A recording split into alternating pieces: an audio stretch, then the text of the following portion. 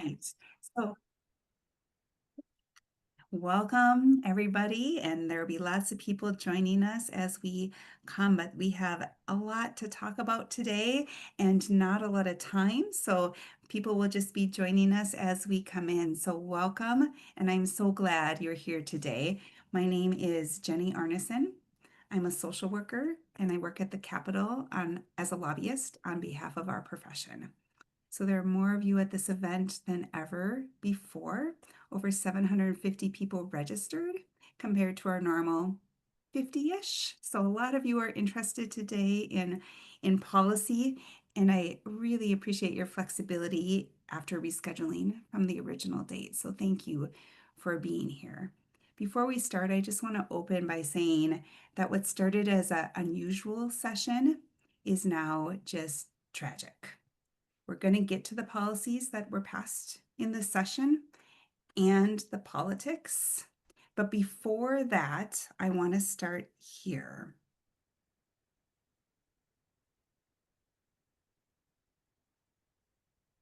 So this image has nothing to do with anything on our agenda today, but I hope it's giving you some visual peace as we emotionally wrestle with the backdrop of political violence in our state, assassinations, murders, attempted murders. We're in a climate that is increasingly hostile to people who choose to serve the public. We have people, leaders, promoting and susceptible to conspiracy theories and radicalization. And sometimes it feels like we're losing our humanity. So, in that context, I remind myself that policy is a reflection of our community values.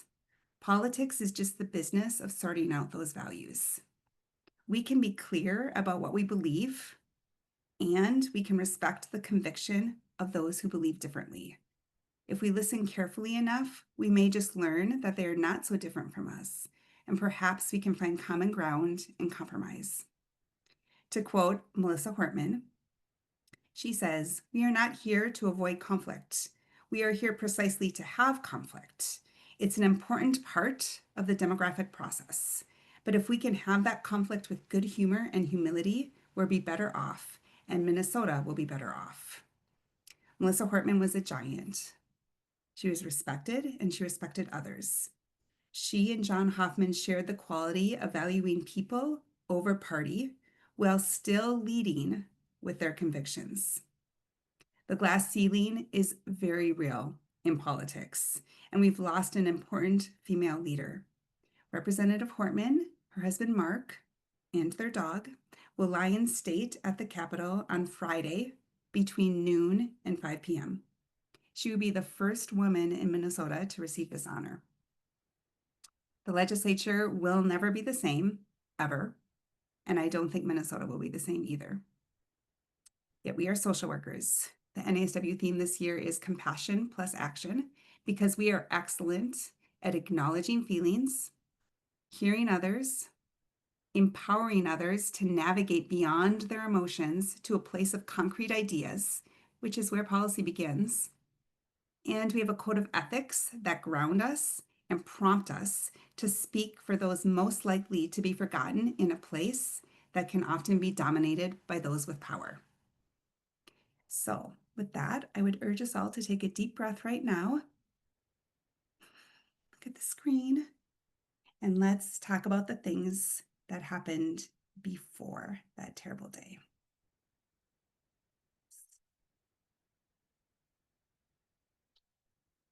So, welcome again to the 2025 Legislative Recap. I have a few housekeeping items today. We are recording, if you didn't notice.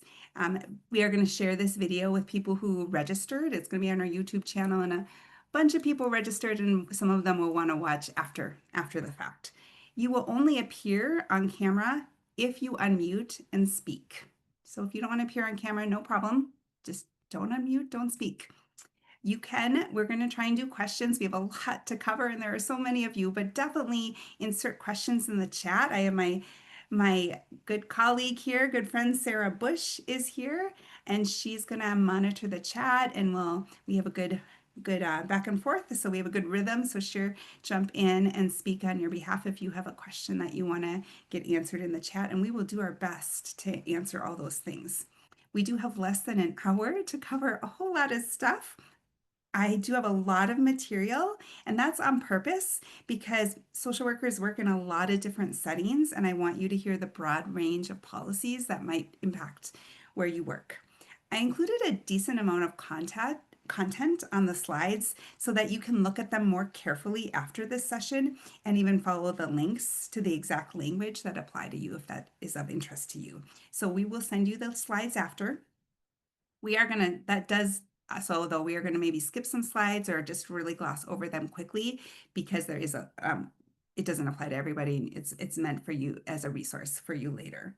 I'm always willing to hang out after this session to talk more, or you can reach out to me by email to ask for some more information. And I do have my contact information in the slides as well. So let's get started. We have a number of different professional organizations in Minnesota, and we collaborate through a coalition. So you might see your professional organization. Our voice is much stronger together at the Capitol. You're probably a member of one or more of these groups. Their logos are here on the screen, and I am so pleased that we're here all together today. We work together, especially when it comes to policy.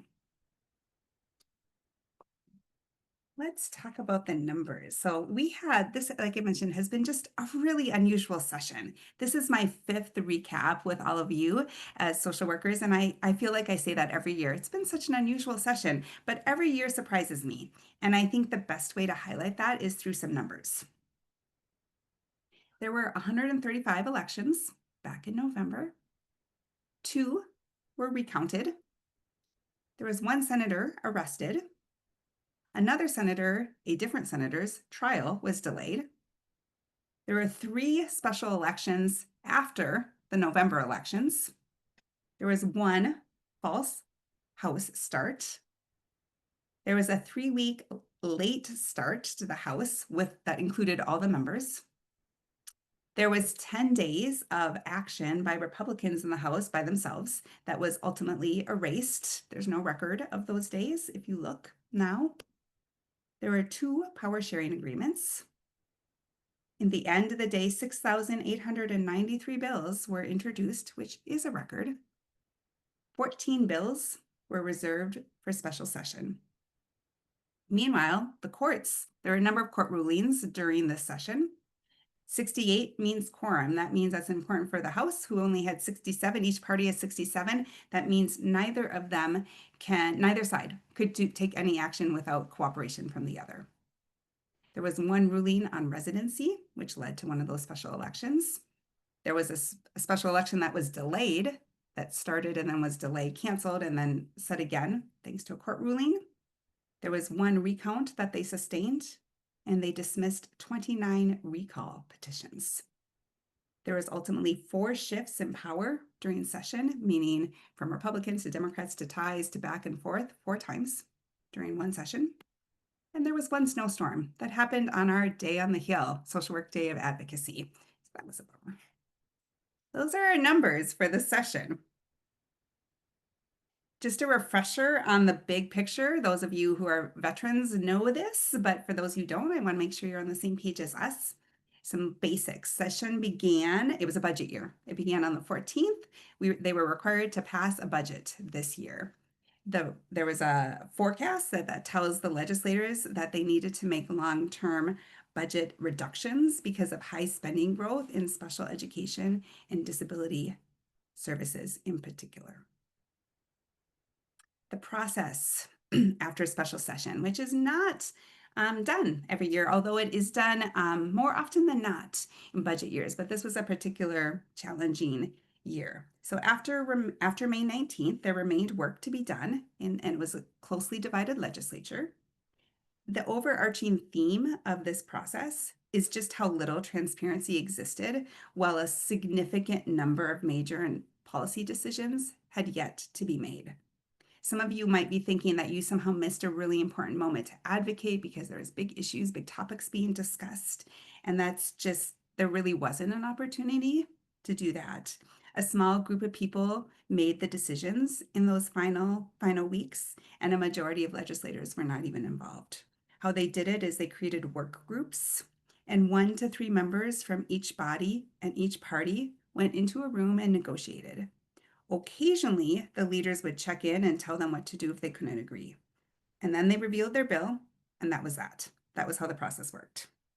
The justification was there wasn't a lot of time and it's difficult to reach a compromise with an audience, and that's true. I also say that I've served as an elected official in a local government, and there's a lot of rules set. There is very strict open meeting rules that the legislator sets for other bodies, local bodies, right? That even when there's not a lot of time, that we have to follow when there's not a lot of time and it's difficult to reach compromise. So this is unusual. The divided nature of the bodies certainly contributed to this process, but you're not alone. If you feel like you don't really know what happened and it was hard to follow this year, that is true. You're not imagining those things. The bills. This is just a sample of the bills that went through that working group process. So you can see these are not small topics. Transportation is a particularly interesting one, and I think highlights just the difficulty this year. So the working group created a transportation bill, passed it, signed it. They didn't pass it because there was no votes, but they all signed it. That was how working groups kind of declared their work was done. And after they signed it, the leaders changed the bill, like after they met and were done, because the counties objected to some of the additional costs for public transportation that had been passed on to them. So it went onto the floor without the recommendation of the committee chairs. So you could see that there just wasn't a lot of, there were a lot of unilateral decisions in this process, and a lot of really most of the topics really went through this working group process. Or pause just in case there are just any clarifying questions. Jenny, the only question was about how many of the almost 7,000 bills were introduced. I looked it up quick. It looks Yeah, like about 39 in the regular session and 15 in the special session. that passed, you mean? Yes. Yeah, yeah, a really small percentage. And that's maybe a little lower than usual, but the moral of the story is every year we see thousands and thousands of bills introduced. Every year it's more. Last year was closer to 5,000. And the number of bills they pass never changes. So introducing more bills does not result in more things passing. They have a certain amount of time, and yeah, but there's a lot of bills. Everybody has, that's how they write down their ideas. So yeah, a lot of bills get introduced.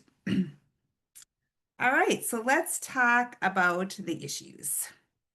Some of these things, we're going to talk about these issues. They may sound familiar to you. They are issues that brought a lot of conflict and were very partisan. You may have even responded to a call to action, or just a little blatant plug in the corner there if you want to use the QR code if you aren't getting the calls to action, so that you are more in tune to these big headline issues. So what passed is we saw very early this idea of immigrant restrictions. Representative Schultz brought that early in the session, and it came back at the end. And ultimately, they eliminated the eligibility for Minnesota care for undocumented immigrants. Very, very partisan, very controversial, and it was a standalone bill. So you can see the votes on that. It had received only one, I should say they received only one Democrat vote in the House and in the Senate, and that was the leaders, Leader Hortman and then Leader Murphy ultimately voted on it because they agreed to get that done. Had they not agreed to that, the Republicans were pretty clear that they would not. It was the most important thing, really, to the Republicans. There was a lot of partisan discussion about funding for unemployment insurance for hourly workers in schools. Again, the issue was not really whether they should, prior to 2 years ago, unemployment, this is about kind of lunch workers, bus drivers, educational assistants, people who don't normally work, who might work in the summer for summer school, but a lot of them don't. Prior to 2 years ago, they were not eligible for unemployment insurance. That changed in 2023. School districts are mostly concerned about their ability to pay for that, so the state subsidized that over the last 2 years, and there's a lot of discussion about whether they could continue to afford to do that. Ultimately, they They didn't include it in the education budget. What they did, again, our poor transportation committee, they took money from the transportation committee. There was a train that was proposed between the metro area and Duluth. They took that money and put it into the transportation, into the unemployment insurance, and had a separate bill on that and funded it really just for the next year. So this will be an issue that you come back before. Meanwhile, in the education committee, this is what Democrats wanted the most, and the Republicans were talked a lot about private school transportation. So that was kind of the tension. The GOP, the Republicans were quite opposed to new taxes of any kind. They really didn't want new taxes. There was a lot of discussion that kind of ended up of what's a tax versus what's a fee? Could we call it a fee? Would you be okay with fees? So there was a lot of back and forth. In the end, they weren't good with fees or taxes. They wanted no new income whatsoever. But at the end of the day, they compromised and agreed to raise some revenue of $118 million specifically related to cannabis and data centers, eliminating some tax exemptions, which generates some income. Meanwhile, some things that did not pass that you heard about probably is preventing trans women and girls specifically from participating on female athletic teams. That was an early House proposal that did not ultimately pass. The conversation stopped once the ties were restored and the Republicans didn't have solo power any longer. Feeding Our Future is driving a lot of scrutiny on nonprofit organizations. And so there was a lot of discussion about additional regulations on nonprofits, including creating this office of an inspector general. Ultimately, there was disagreement on how to do this. And so ultimately, it didn't pass, and you see some regulations kind of in individual bills, but no big sweeping, large scale reforms. The Labor Committee was all about earned sick and safe time, which you recall passed a couple years ago. All the Republicans and some Senate Democrats, specifically in the Blue Dog Caucus, they call themselves, were really interested in walking back some of the provisions. They were primarily wanted to either delay the implementation or exempt certain businesses. In the end, that did not pass. There was some minor adjustment, but nothing significant.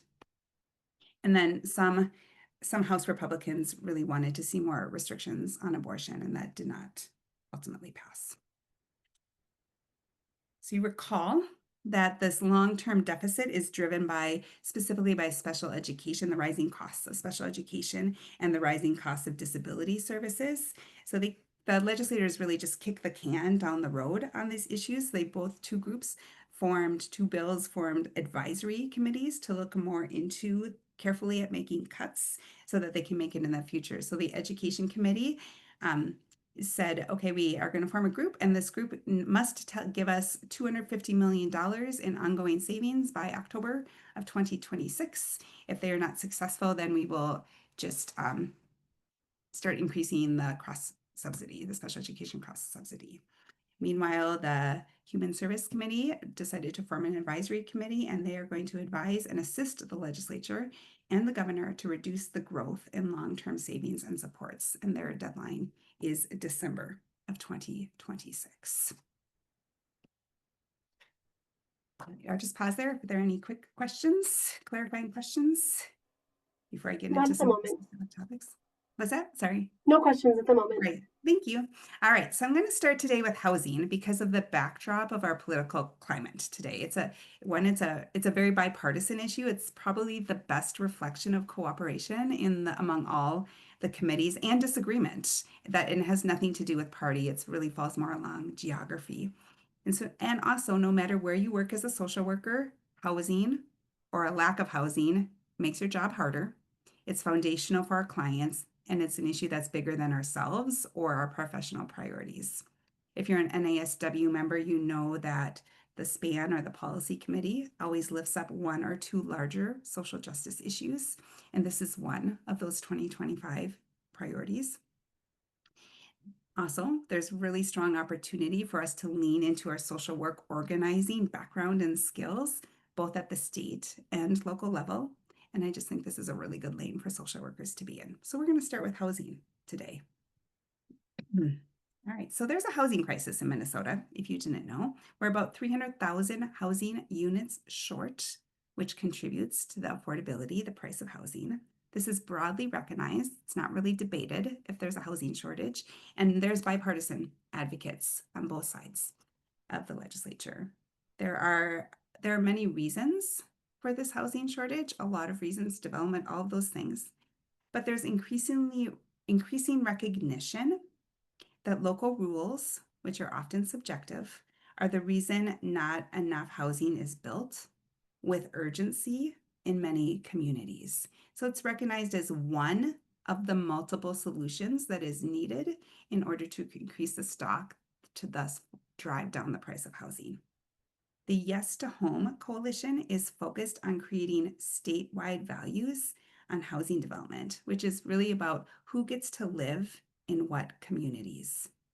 It's a really diverse group, this coalition. There's builders, there's housing advocates, and senior citizen advocates, and even really right-leaning political organizations who would like to see less government. So it's a very strong, a really interesting coalition.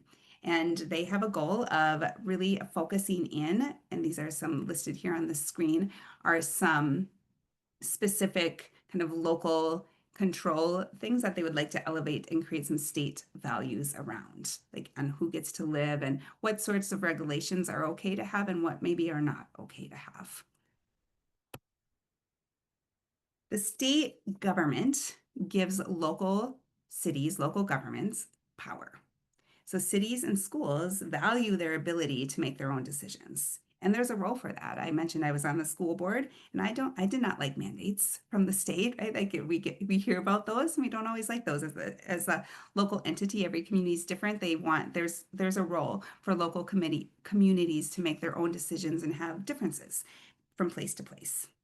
Sometimes, though, the state overrides that power, and it's called preemption when they do that, if you've heard the term preemption.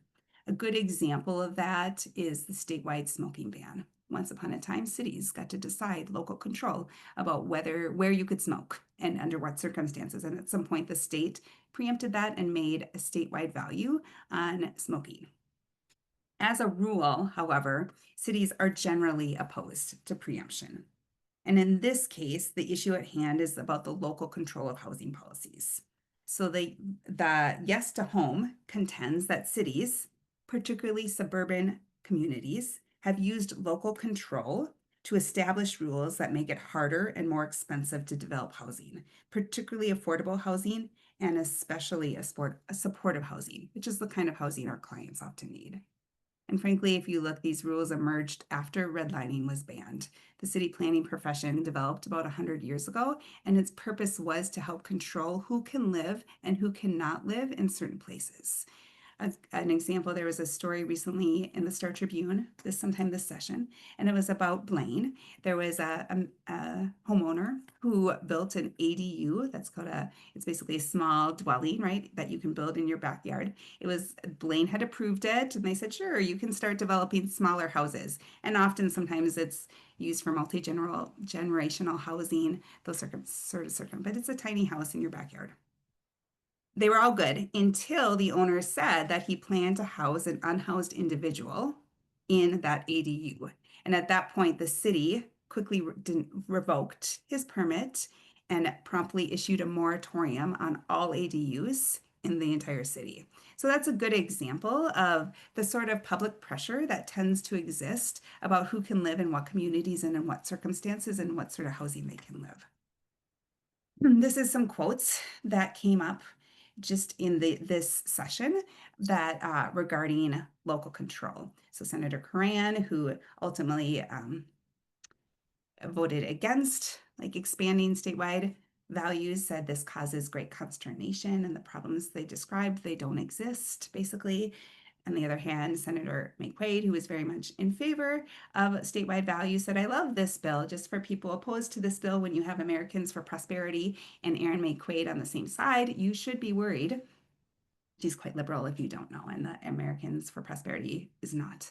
And then you've got Senator Rasmussen, who was an author of this bill for Yes to Homes, pointed out some of the letters to this committee I don't think describes what in front of you. For example, one letter said, we can see new housing with few or no windows or Soviet-style apartments. And then he said, I want to be clear that you cannot build any apartments in Minnesota with no windows. So it really describes kind of the emotional response and the fear tactics people use when you talk about affordable housing. Senator Port, the co-author of the bill, said we have to do something. And then Senator Gustafson, who's a strong opponent of statewide values, said, I support affordable housing, but this bill, in my view, is the wrong approach. One size fits all framework. I think how different North Oaks is from White Bear Lake Township. It will create unchecked growth. There's no guarantee of affordability. The average rent in my district is $2,000 a month, and basically saying this bill won't help that. Right. And then Senator Johnson Stewart also said she was supporter of affordable housing, but is against this and named aesthetic minimums aren't always connected to exclusivity. Sometimes they are connected to maintaining the look and feel of a particular community. So I think you can see that this, the values that show up in this conversation. All right, so yeah, so the coalition here, it's speaking our language, ultimately. What's the next steps for this, right? They are, we're social workers are a trusted source to speak from a place of values. We have experiences with clients and stories to tell. And next steps as organizing continues, we need to build power and organize at the state and local level to continue to grow support and develop more legislative champions, those who are afraid or not afraid to oppose their cities or to just to get more people, right, to support, to see the value in this. And so one way you can do this is you can weigh in if you're an NASW member who endorses, you can join a PACE committee, or you can be a housing champion on the NASW policy committee or your own groups. I know MISWA, for example, has a legislative committee. So if your group has legislative committees, join that and consider adding housing to your legislative agenda. Okay, before I go to education, are there any questions or clarifications on housing? No questions, just some chat about what you're talking about, but no questions at the moment. Great, and you can always come back later at the end. Hopefully we'll have some time. All right, so let's get into education. All right.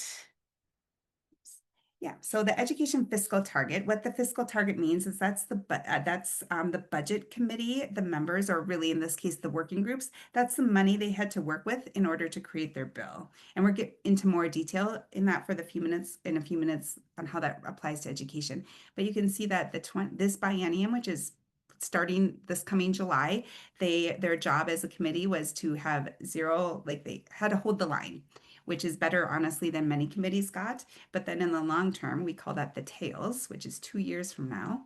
They are tasked with cutting $420 million. And that could be revised if the circumstances perhaps changes, which is why they call it the tails. But they do try and create a 4-year budget to sort of manage things. And especially many who were proponents of that given the long-term fiscal outlook of the state. So our top legislative priority as a group, as a coalition, no matter what your organization was, at least in education, was to protect school support personnel funding. So just to recall that school support personnel includes school social workers, counselors, psychologists, and school nurses. So it's a group of kind of helping outside the classroom professionals. They're all licensed. In 2023, the legislature was concerned about the growing mental health needs of students, and so they passed dedicated funding to expand this group of folks, and it's really about supporting the whole students. That's really their job. And the money creates and maintains positions of school social workers and others, and it grows the profession. Specifically, it provides grants to to social work programs, and they can use that to support their students, and many of them use it for paid internships. It's new, this school support personnel funding. It was just funded 2 years ago. So we recognized there was an opportunity to make it just a little bit easier for school districts to use. So we were really open to that. Why was this our top priority, right? Like it was our top priority because there were so many ideas this year about expanding this funding well beyond its original intent. You can review all the ideas here, or perhaps you might recall them from Advocacy Week. With fewer resources, legislators were seeking sources of money for other stuff that they cared about. So there was just a lot of ideas. So we knew this going into the session. We saw this throughout, and we did elevate this to be one of our top priorities. So we spent a lot of time this session advocating, a lot of energy. We had a number of school social workers who testified multiple times. I think we had maybe 5 times or something like that. We just felt like we had bills every week on the topic of school support personnel. So we had to spend a lot of energy. We also collaborated with other school support personnel professional groups. We found some champions, among some, not all, House DFL members, particularly our education chairs of Representative Joachim and Jordan, and the Vice Chair, Representative Clarity, were our legislative champions. With all of that work, we developed our preferred language. So we took a proactive approach. And ultimately, we were able to kind of kill all the other ideas, all the other language out there, and elevate to the top our preferred language. As you can see that on the far left box. It will allow school districts there's a little expansion. They can now use it to pay for mileage and some training for school support personnel. And it does, in addition to increasing positions, it will allow to include staff who may be laid off because their enrollment declining. And enrollment decline is a huge issue in most schools districts right now and is directly connected to their resources. But what's most important to us is it doesn't change the core positions, which was our ultimate goal. It does reduce the funding by a lot, over 20%, and long-term, $1 million a year less for school work programs and paid internships, not in 25 and 26, but in what we call the tails, like beyond, right? 28, 29, we start to see less money for the pipeline. So this is not surprising, and it was probably pretty impossible to prevent given the budget circumstances that I just mentioned. So if you're wondering about next steps, the solution really is to consider the balance between raising revenue and making cuts as you think about the next election cycle. There's different values depending on who you vote for. So it's a topic of conversation. We have the exact language. You can be throughout this. You will see some QR codes if you're really interested in seeing the exact language.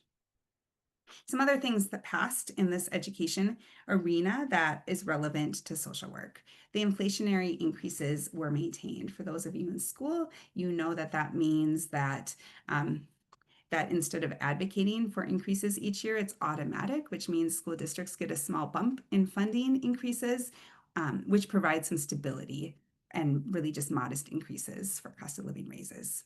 The Universal Free Meal Program continues. That was passed in 2023. A working group was established to examine the age limit for children who receive special education services for developmental delay.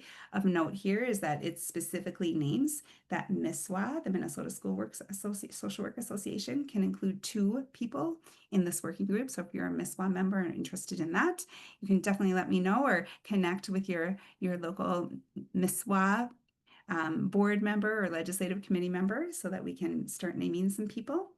And then schools must notify a child welfare agency anytime a student is dropped from the rolls. Those of you in schools know that when a student doesn't show up for 15 days and you don't know why and you haven't heard from them, they get dropped from the rolls. There's a lot of concern. There's a lot of discussion about absenteeism, and the solution is that now they want schools to make some extra effort before dropping them. And I don't know for sure, but it sure sounds to me like that will be a job that gets passed on to social workers. So I want to make sure you know about that.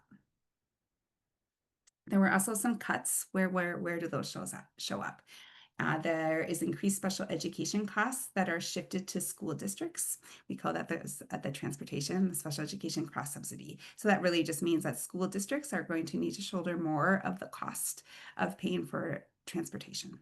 There has been some reduction to charter school aid and what we call bill back aid, which is again, money that will be coming from larger school districts.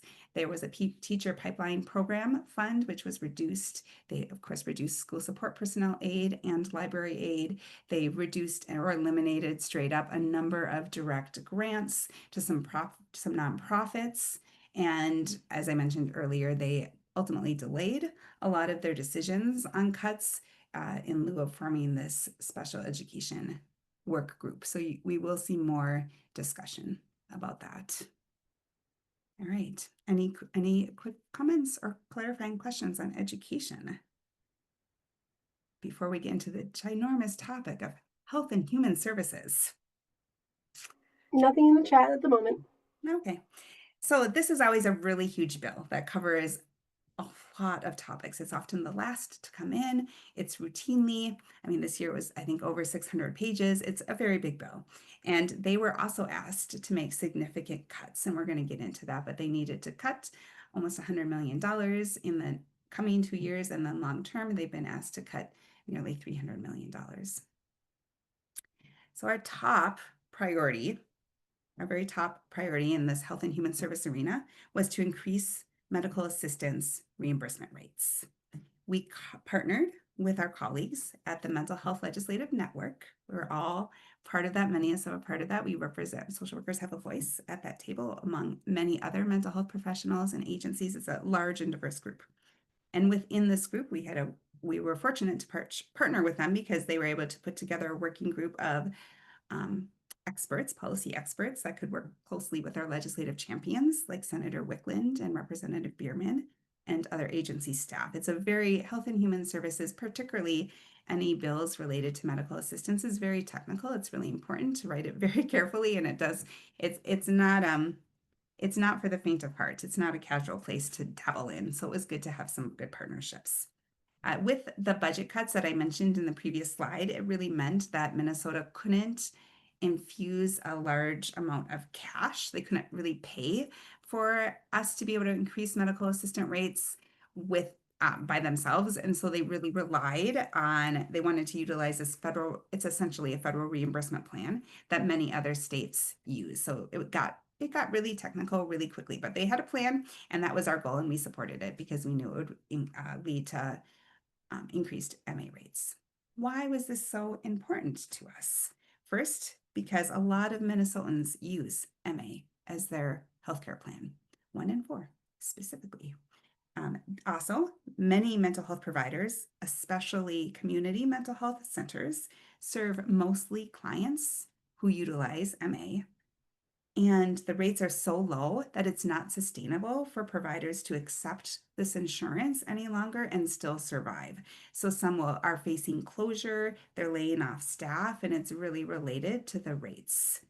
Others have already or will lean further into private insurance because it's just not sustainable in this current form to accept MA as insurance. It's leading to a reduction in services. Those of you who are part of advocacy recall we talked a lot about the children's boarding crisis. This rate issue is foundational to those system fixes. We cannot address the lack of services without talking about rates. And ultimately, at the end of the day, it impacts social work pay and the working conditions. So it's really important. It's our top priority. So what happened? This basically says it passed. Hooray, we won. We got this bill passed. So it's very exciting. I did mention it does require federal approval. And normally this would be pretty routine, but as you probably know, if you've read any newspaper or heard anything, that this is not a great time right now for Medicaid policy at the federal level. So I think it's fair to feel nervous about that. And we're going to talk about federal stuff just a little bit later.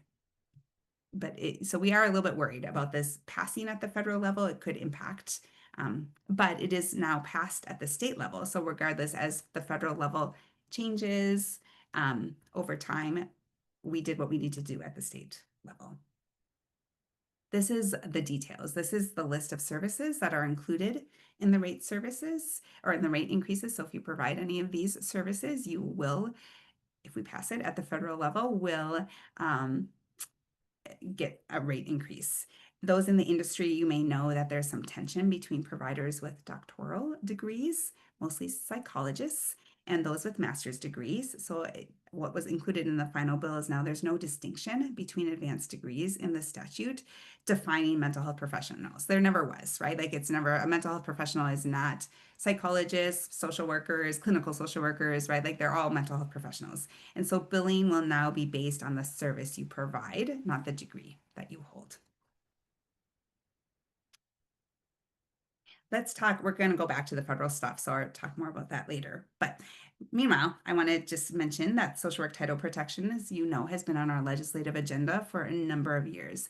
This topic is about who can use the title of social worker. It's in every setting except counties. The social work title is reserved for people with a degree or a license. It's a professional title, not a job description. So this is a big lift, and every year we make just a little bit of progress on the topic of title protection. It's challenging to move a policy bill like this in a budget year. So we didn't really expect that it would move too far ahead, but we did do some significant work this year in building allies with one of the major county unions, which is called ASME. And so we're going to come back to this topic next year. So, to be continued. Jenny, Yeah. there's a question before we get too far away from the MA. Yes. Does the MA rate increase also impact MA school billing? Potentially, if you're using, it's really about codes. So I would imagine it's about codes. So I would imagine if you're billing any of these, if you're using MA and using any of these, billing for any of these services on this list, I would imagine, yes, it will lead to increased serves, I believe. I'm going to just, it looks like Julie would like to have, I know you're probably an expert on this. So do you have insight on that? Can you hear me? I can. Okay, great.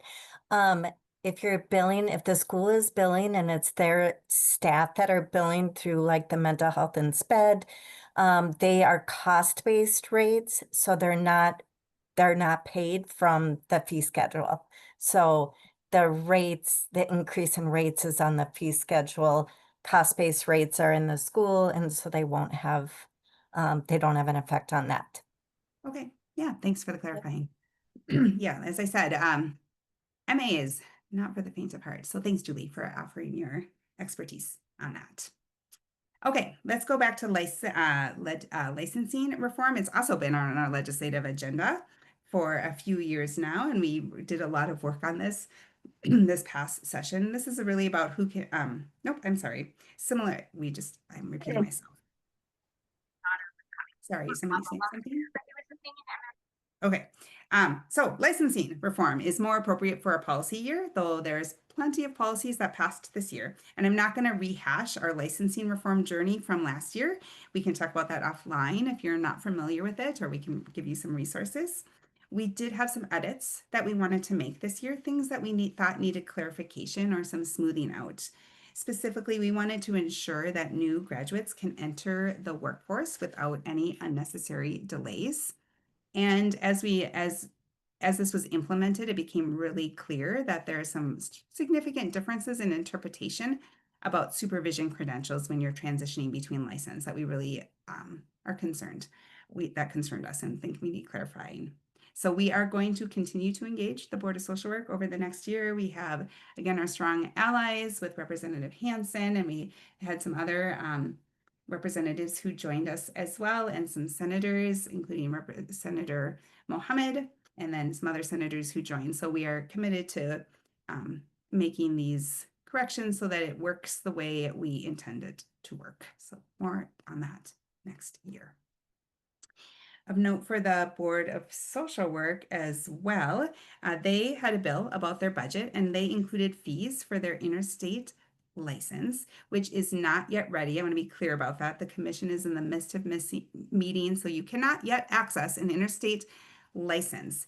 But this language allows the board to get started immediately if it becomes available before the next state budget. So it's an important proactive step that they took to make sure that we don't get slowed down in Minnesota. Some other things of interest. There's many other big things that this is a big bill, and there's a few things here related to health and basic needs. Audio-only telehealth was extended. They did standardize some MA payments for home health services as well. That's also pending federal approval. I think they did cash for that one, so I think that's a little, maybe going to be slightly easier. There is a report to the legislator on proposed changes to improve children utilizing psychiatric residential treatment. That's really about boarding. That's helpful for boarding, the boarding crisis. And is similarly funding to a mental health collaboration and hub to help children transition out of those inappropriate settings to again, the boarding crisis. Some food funding. The food group is food shelves. A group of food shelves got funding, and then a food bank as well. I don't know if I have that on here, but they did fund a food bank as well, and they did, regional food bank grant programs, and then prepared meal relief as well. And finally, they have some supportive housing grants, Catholic Charities, the Elders Program got some money, and the Bridge for Youth got money to build a facility. Other things related to children and family, they funded specifically a diaper bank, so similar to a food shelf grant fund. There's now a diaper grant available for food shelves and others for emergency services. They did create funding to develop a social media mental health warning guidelines. It is going to require social media platforms to include a warning label and some mental health resources by this time next year. They are funding the county informational technology systems, those who use SSIS, or those of you who work for the county and are frustrated with your software programs. They did really fully fund that, so that you will see some improvements in there. They have some work with fosters. Some added protection for fosters who are transitioning out of care. This is important for social workers. They expanded the mandated reporting. So now children who are missing, if you believe a child is missing 7 or more days of school and they're unexcused or at risk for educational neglect, you are supposed to report that. It does not mean that they will be entered into the child protection system. It will get referred to the child welfare agency, but they are wanting more scrutiny and attention on children who are not going to school, and they are utilizing mandated reporters to bring kids to their attention. They also created some funding so that they could do an out-of-school scan of programming for our youth under 21. For those, I have worked in that area. Those of you in schools know that out-of-school programming is woefully underfunded, and so this is kind of the first step to try and understand where the gaps are, and potentially a way to better advocate and to direct resources in the proper places. And finally, it does, those of you during advocacy probably heard about this bill, but regarding child protection, this will clarify that neglect excludes children who remain in emergency department or hospital settings because mental health services are not available. So this addresses the issue of families who were referred to child protection when they sought mental health treatment for their children, and there was no treatment available, and they ended up boarding in inappropriate places. So that is clarified as well. There were some cuts mentioned earlier as well. It's important to mention here, right, that what it does not do is there's party line disagreement on raising revenue versus cuts. So the Senate, who had some DFL control, proposed raising the provider fees with the rationale that the additional revenue would prevent many cuts. As I mentioned earlier, the Republicans are pretty opposed to new fees, including managed care organizations that were they were basically opposed to the system that was proposed to raise MA rates because they considered that a fee on managed care organizations, though it's more technical than that we're not going to get into.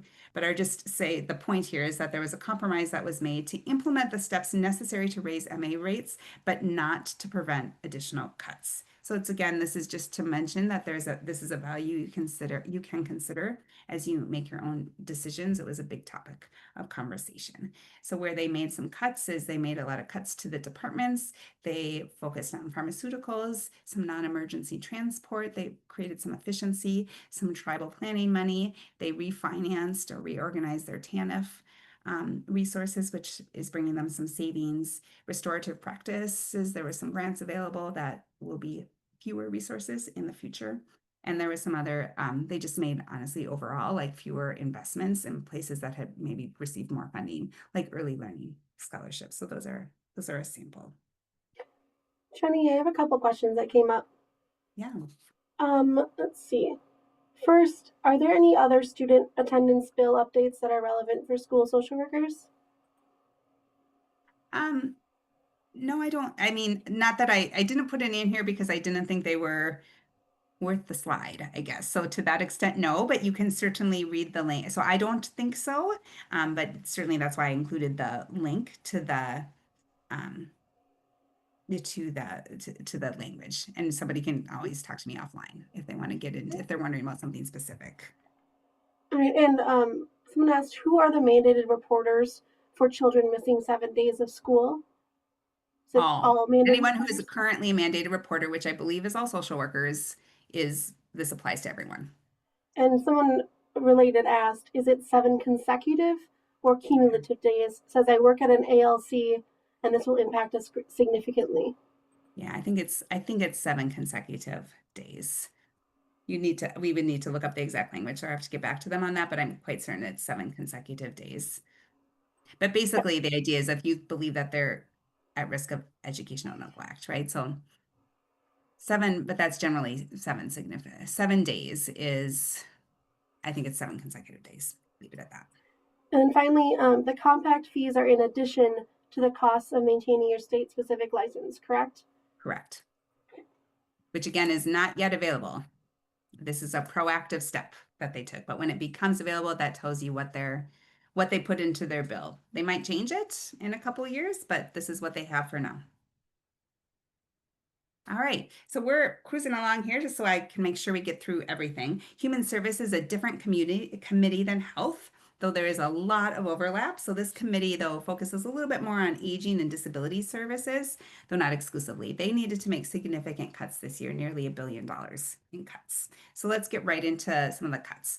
They are reducing medical assistance long-term waivers for the disability community, specifically those of you who are, these are very specific things, by the way, so I'm going to name them, but we're not going to get too much into them. I'd like you to talk to me offline if it applies to you here. I just overall mentioned that there was tension between the nursing home community, nursing home advocates, and the disability community because there were so many cuts. There was a lot of concern that both, one group would be favored over the other. In the end, both groups took cuts. So overall, just rather than name this or just say some disability waivers were capped or reduced, and some nursing home funding was reduced. And they also formed a committee to look into more cuts long term. So these are some very specific examples. If you work in either of these settings, they may be familiar to you. They also had some policy that they passed in, fun fact, this passed during the regular session. So this is, I think, the only bill we're talking about that did not go into special session, at least talking about today. They are clarifying the clinical supervision definition. They have the other policy changes, I would say, again, applies to really specific situations. For social workers who work in SUD settings, there's a new expanded scope. You get to do comprehensive assessments now. Social workers, or if you work in a mobile crisis team, there's some changes in funding or about who can pay. Those of you who work in assisted living facilities, nursing home social workers, the patient rights were expanded. Those of you in intermediate school districts, it's notable that they always provide funding, but now they've written it in statute, which really just provides greater protection or greater guarantee for funding in the future. So that's kind of that's the policies that apply, I think, particularly to social workers. In the finance bill, there's actually a fair amount of policy in the finance bill, so don't be confused, but it also applies to some very specific settings.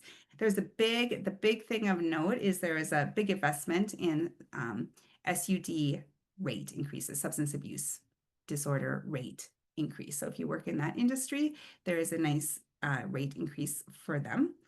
Those who work in the unhoused know that the Wilder study is a big deal in data collection, and that was funded. There was some direct appropriation to agencies in this bill. The Early Intensive Developmental and Behavioral Intervention, also known as EIDBI, I think they work mostly with autism. There's quite a lot of changes, and this really is related again to that concern about some of the agency fraud, and this is really a direct response to that. And essentially, there's far more licensing regulations that are taking effect for those who work in this industry. And finally, there was some terminology changes in this bill. So what does bonding have to do with human services? Bonding is a bill that funds infrastructure. We never talk about bonding in this legislative recap. But human services regulates the 48-hour rule, that's also known as civil commitment, and that really orders people to treatment instead of jail. So they came together this year, these two very different arenas, in order to create additional treatment beds, because the challenge is that there are not enough beds. So you have people in jail who qualify for treatment and there's nowhere for them to go. The counties it's not good for people. The counties don't like it because there's a lot of tension on who pays for people while they're basically waiting for a bed. And so the solution is that there needs to be more beds. So they use bonding bills, infrastructure money, in order to create 50 new beds in Anoka. Paid internships, not in human services at all, but I want to clarify that we did have a working group that met all session, and we do have some conclusions on that. One, we do conclude that there's, again, this budget context, it's really unlikely that the state is going to dedicate large sums of money, cash out front, in order to pay. Social work interns are really any intern, and we also think federal funding is outside the scope of this work group. So we focused on employment-based internships. They're currently utilized by many. They're appreciated. We think it's a promising and sustainable path, and we want it to be better utilized. This is not going to require legislation, so future work will be in the not legislative world for employment-based internships. And then meanwhile, we've got agencies who utilize state grants and MA reimbursement for services to pay interns, which may be easier if we have an increased MA rate increase, but we'd like to see some protections in place for students and for agency. And this will require legislation that's much more related to employment law, which is generally not our arena as well. So we'll probably need to do a little bit more research and more work in the future on that, but that's where we're at with paid internships. And then I'm just going to ask you to pull out your calendars right now and just mark March 4th on your calendar. Make a note to block clients. It's a year out. Put it down. Make sure you have it on your calendar. Don't think about how you're going to get to Day on the Hill next year. Don't tell me later that you forgot and didn't see clients. Talk to your agencies. See if you are allowed to come to this. You get CEUs, and we'd really like to see you there next year. And I think statistically, knock on wood, the odds of a snowstorm 2 years in a row are very low, I'd like to think. So we'd like to see you there next year. I promised to talk about some federal action. This is definitely outside my arena of expertise, but I can tell you a few things. One, that Minnesota, you've definitely heard about these looming cuts. And the theme here is that Minnesota is very vulnerable to Medicaid cuts. We use a lot of money. We rely on a lot of federal money in order to fund our Medicaid system. And if this passes at the federal level, I can guarantee you that the Minnesota legislature will come back and they will reduce the budget further. So all the things that we saw, there will be further reductions. A little tutorial on how it works. The regular process, they can really do anything in the regular process. And the key is that requires bipartisan support because of the Senate filibuster. What they're doing now is not the regular process. They're using a process called reconciliation. You've likely heard the term thrown around. It is very limited in what they can do, but they can basically amend current spending and taxes, which is what this bill focuses on. And it's an expedited process, and it does not require it works around the filibuster. So a simple majority can pass a bill, which is what the Republicans have right now. So they really don't need bipartisan support. If you are concerned about it, you can follow this QR link. There is a call to action ready to go to write your senators. They are hoping to pass this bill before July 4th. That is the deadline. So it has passed the House already. The Senate has put out their proposals. So they've got a bill written and they're considering it right now, and they can vote on it at any time. So you should be writing your senators, and you might think, hey, like my senator maybe agrees with me, right? Like might not be voting for this bill, but it's still really important to reach out for a couple of different reasons. One, it does provide, if nothing else, to say thank you, right? Like, and to support, to really give them the strength to keep fighting the good fight, if that's the fight that you want to fight at any rate. And it also allows them to say with confidence that this is something that their constituents want. So you do need to write. And then, and I mentioned, should this pass, this will make it more difficult. We don't need to get congressional approval or anything for the MA rates, but it goes through a process called CMS, the Center for Medical and Medicaid Billing. So we would like this. It'd be lovely if this didn't pass, at least for our MA rate bill, among other things. There's really significant deep cuts that will impact individual families and communities, including SNAP, Medicaid, health insurance, all of the things. All right, this is it. And this is, if you were wondering about like a quick reminder, the few things here, how to take action, that was the QR code that I just had up a minute ago. If you missed it, mark your calendars for March 4th, 2026. And then if you are not getting action alerts, make sure you sign up for action alerts. I've got my email and contact, and you can write me all sorts of questions. And I can also, take questions now and the next, however long there's questions. So thank you all for being here. And I'm again sorry that we had to go so quickly, but hopefully this provides you some good information. Well, Jenny, there's lots of thank yous in the chat. But one question that came up a little bit ago was, in comparison to last session, was this year less transparent, less able to find compromise between the parties? I'm concerned about what may be a decline in good governance. Yes, I would agree on all those things. Yes, it was less transparent. Yes, I'm concerned about, I share your concern about good governance. Many legislators did too. They talked about it as well when they were voting on it. There's a lot of open frustration. So yes to all the things. There's also some concern expressed about that new mandated reporting thing for attendance. So I asked them to follow up with you offline. And then can you share the Human Services cuts page again around aging and access services? Sure. And again, we are going to email this out so you can study these in depth. So yeah, any last questions?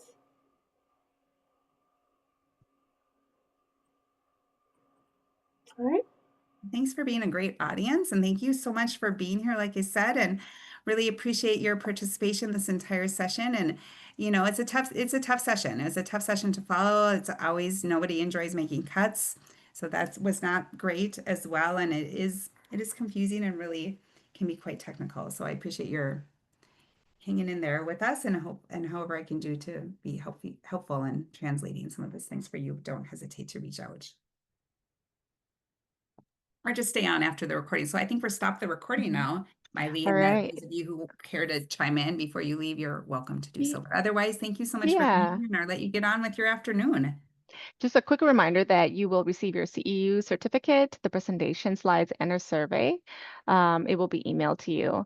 And a recording of today's session will be uploaded onto our YouTube channel for anyone that missed it live. Thank you so much for being here.